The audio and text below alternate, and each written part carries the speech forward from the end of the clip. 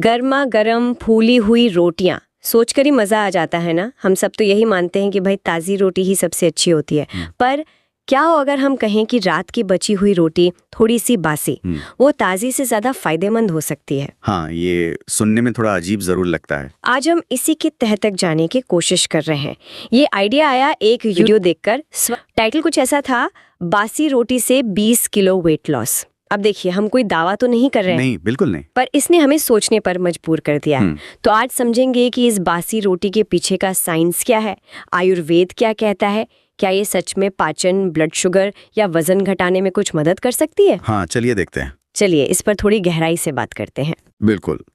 और ये बात दिलचस्प है कि जिससे हम अक्सर बस बचा हुआ खाना मान लेते हैं ना, उसमें सेहत के कुछ ऐसे पहलू हो सकते हैं जिन पर हमने ध्यान ही नहीं दिया। ताज़ी और बासी रोटी में जो फर्क है वो मुख्य रूप से समय के साथ उसके स्टार्च में बदलाव आने से होता है। अच्छा। तो मतलब जो ताज़ी रोटी इतनी नरम, इतनी अच्छी लगती है, वो क्या असल में ज्यादा खाने का कारण बन सकती है, पाचन पर भारी पड़ सकती है? हाँ, कुछ हद तक कह सकते हैं।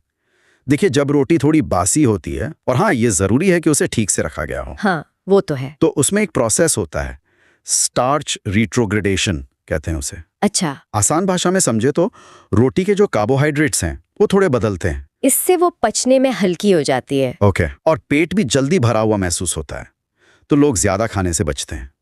जिन्हें एसिडिटी या ब्लोटिंग की दिक्कत रहती है, उनके लिए बेहतर हो सकती है। ओह अच्छा, शायद इसीलिए पहले लोग सुबह दूध या घी के साथ खा लेते थे बासी रोटी। हो सकता है, बिल्कुल।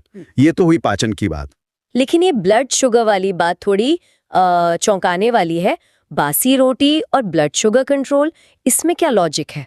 हाँ, ये सुनने में भले ही अजीब लगे, पर इसके पीछे साइंस है। होता क्या है कि बासी होने पर रोटी में रेजिस्टेंट स्टार्च की मात्रा बढ़ जाती है। Resistant starch? हाँ, मतलब ऐसा स्टार्च जो पाचन का थोड़ा प्रतिरोध करता है, धीरे धीरे पचता है। अच्छा। तो इसका असर ये होता है कि खून में जो शुगर है वो एकदम से स्पाइक नहीं करती, वो धीरे धीरे रिलीज होती है। तो ब्लड शुगर लेवल ज्यादा स्टेबल रहता है। ये डायबिटीज मैनेजमेंट में मददगार हो सकता है। अरे वाह, ये तो काफी इंटरेस्टिंग है। और वो जो वीडियो का जिक्र था, वजन कम करने वाला, क्या बासी रोटी वजन कम करने में भी कुछ कर सकती है? देखिए, वजन कम करना तो कई चीजों पर निर्भर करता है, पर हाँ, बासी रोटी के कुछ गुण हैं जो इसमें मदद कर सकती है थ्योरी में। जैसे? पहला तो वही रेजिस्टेंट स्टार्च। पेट ज्यादा देर भरा रहता है तो आप बेवजह कुछ खाते नहीं, कैलोरी कम जाती है। ठीक है। दूसरा, इसका ग्लाइसेमिक इंडेक्स ताजी रोटी से कम होता है। ग्लाइसेमिक इंडेक्स मतलब वो जो बताता है कि खाना कितनी तेजी से शुगर बढ़ाता है। तो कम जीआई मतलब इंसुलिन धीरे धीरे निकलेगा, और ज्यादा इंसुलिन फैट जमा करने में मदद करता है, तो उसका कम निकलना फायदेमंद है। समझ गई। और तीसरा? थोड़ी सख्त होती है ना बासी रोटी। हाँ, होती तो है। तो उसे बहुत ज्यादा मात्रा में खाना भी थोड़ा मुश्किल होता है। तो नेचुरली पोषण कंट्रोल हो जाता है। सही कहा। अच्छा, आपने पाचन और पेट की बात की, इसका हमारी इम्यूनिटी मतलब रोग से लड़ने की ताकत, उससे भी कोई कनेक्शन है? हाँ, बिल्कुल हो सकता है।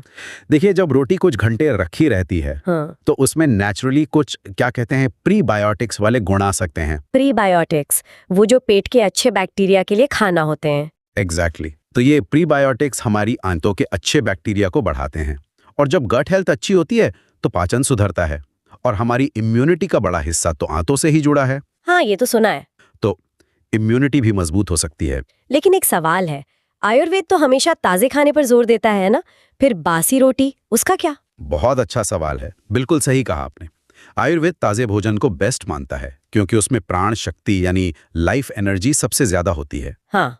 लेकिन आयुर्वेद ये भी मानता है कि कुछ घंटे पहले बनी रोटी, अगर उसे सही तरह से रखा गया हो। सही तरह से मतलब फ्रिज में या किसी सूखे एयरटाइट डिब्बे में, नमी और गर्मी से बचाकर, तो ऐसी रोटी ताजी रोटी से हल्की और पचने में आसान हो सकती है। अच्छा। पर ये सही ढंग से रखना बहुत जरूरी है। आमतौर पर 12-15 घंटे के अंदर खा लेना चाहिए। और हाँ, बार बार गर्म करने से रेजिस्टेंट स्टार्च के फायदे कम हो जाते हैं। और अगर खराब हो गई हो तो फंगस वगैरह? हाँ, वो सबसे जरूरी बात। अगर जरा भी शक हो कि रोटी ठीक नहीं है, उसमें नमी है या फफूंद दिख रही है, तो उसे बिल्कुल नहीं खाना चाहिए, वो नुकसानदेह हो सकती है। ठीक है, ये ध्यान रखना जरूरी है।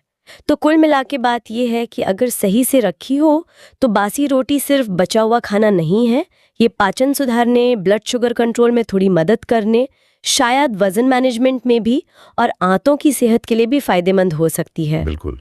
और ये हमारी पुरानी आदतों की भी याद दिलाता है, खाना बर्बाद ना करना। क्या पता हमारे बड़े बुजुर्ग इसके फायदे जानते हों, अनजाने में ही सही। तो अगली बार अगर रोटी बच जाए और वो ठीक रखी हो तो फेंकने से पहले एक बार उसके इन संभावित फायदों के बारे में सोचा जा सकता है। हाँ बिल्कुल। और ये एक बड़ा सवाल भी खड़ा करता है कि हमारी रसोई में, हमारी परंपराओं में ऐसी और कौन सी चीजें हैं जिन्हें हमने शायद पुराना या बेकार समझकर छोड़ दिया, जबकि उनमें सेहत के न जाने कितने राज छुपे हों। इस पे सोचना चाहिए।